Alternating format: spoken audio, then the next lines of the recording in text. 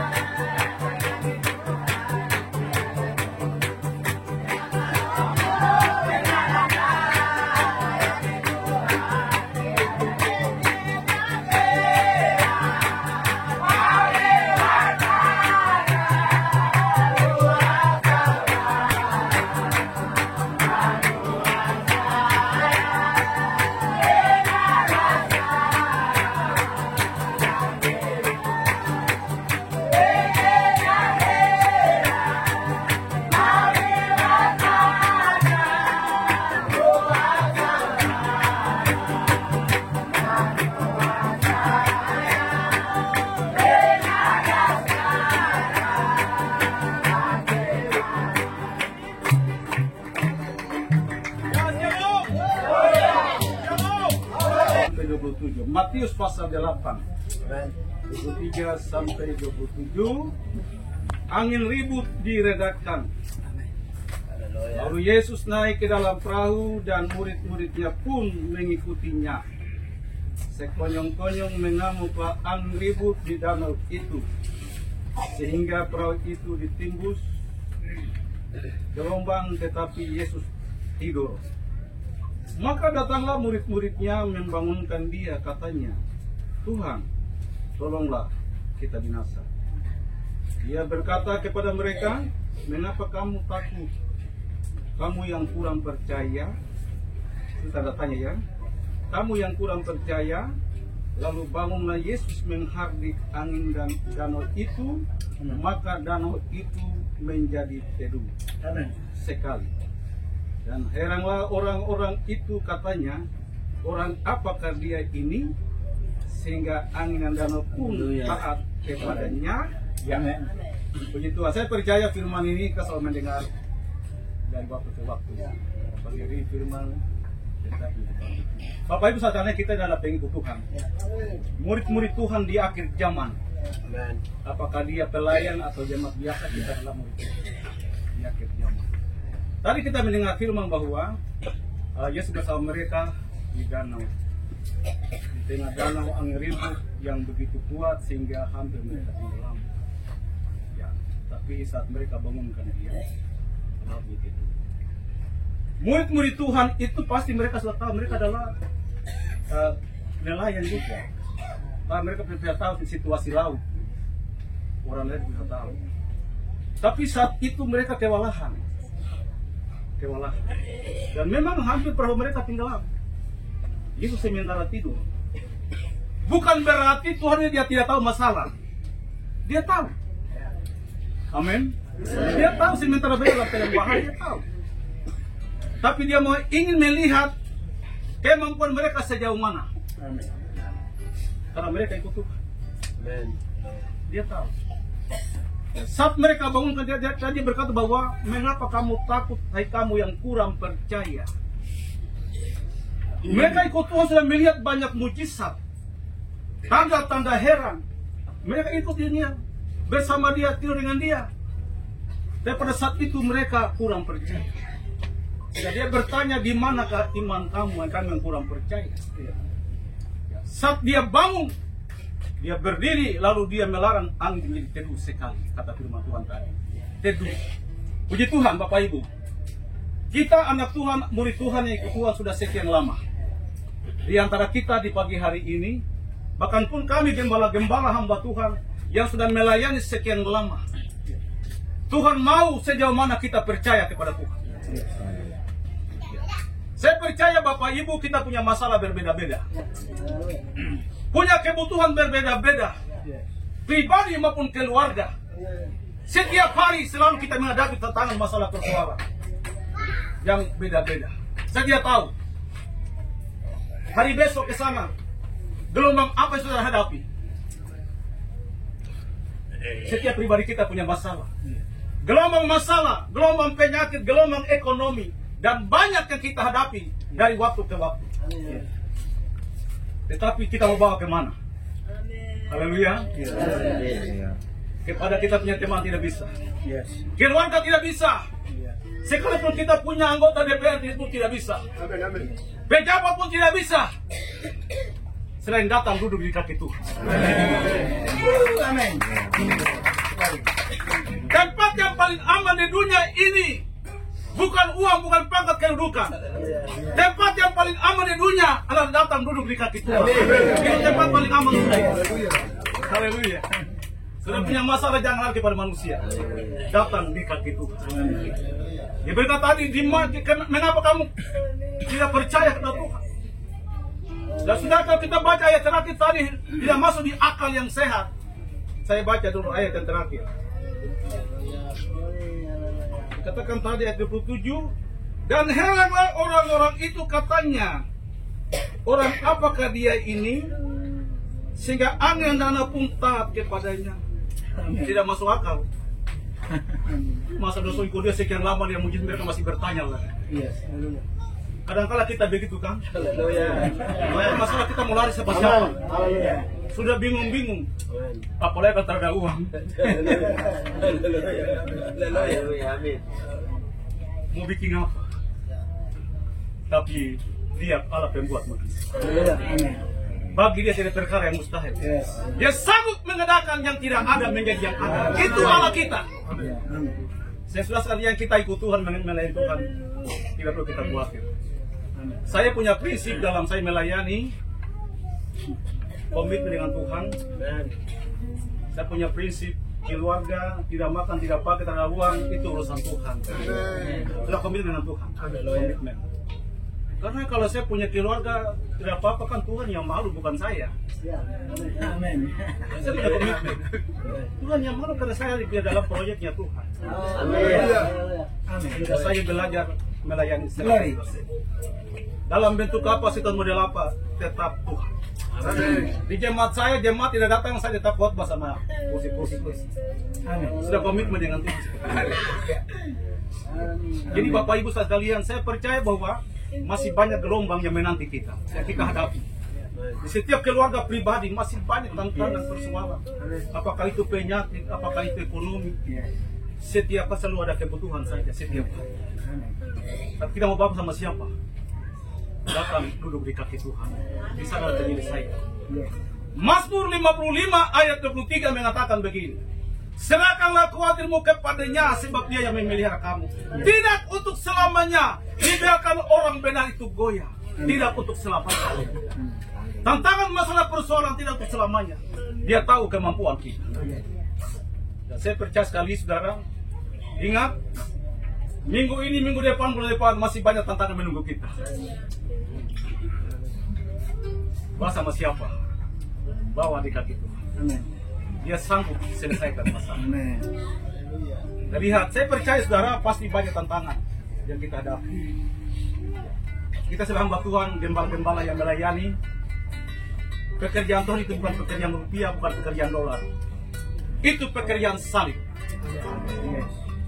Sekarang kita hadapi itu salib yang kita pikul. Jadi melayani itu sudah risiko. Sudah risiko kita melayani sebagai hamba Tuhan. Ibu janda di Sarfat. Saya mengerti firman Tuhan ya. Saya sudah tahu cerita ibu janda di Sarfat. Haleluya. Haleluya. Dia katakan kepada Elia hanya tepung segenggam. Segenggam kata firman Tuhan. Kalau menurut ibu-ibu yang selalu bakar kue, segenggam ini kalau bakar berapa buah? Menurut ibu-ibu. Bukan 1 kilo, bukan 2 kilo. Segenggam kata firman Tuhan. Ibunya berkata dia bahwa begitu saya olah jadi kue, saya bersama anaknya makan, tinggal tunggu mati. Haleluya. Tapi bukan apa-apa. Tapi dia mendengar melakukan perkataan Elia. Dia tidak bilang Bapak Elia tidak cukup, tapi dia lakukan firman Tuhan. Nah, apa yang terjadi? Roti bertambah, minyak bertambah. Bisa terjadi. Bisa terjadi di tengah kesulitan. Iya, mujizat terjadi. Kalau menurut saya itu Tuhan tidak adil. Artinya Tuhan sengaja. Mengapa Tuhan suruh Elia pergi sama ibunya saat ada apa-apa? Harus suruh dia pergi pada orang yang ada apa-apa. Tapi Tuhan suruh Elia pergi sama ibu janda. Tuhan sengaja kan? Tapi Tuhan mau supaya mujizat terjadi. Firman digenapi. Saya percaya saudara sekalian, dalam keluarga rumah tangga terutama ibu-ibu sudah mungkin di dapur dan apa-apa, saya percaya kalau kita percaya seperti ibu janda, mujizat akan terjadi. Allah kita, Allah pembuat mujizat. Firman Tuhan selesaikan saya kembali.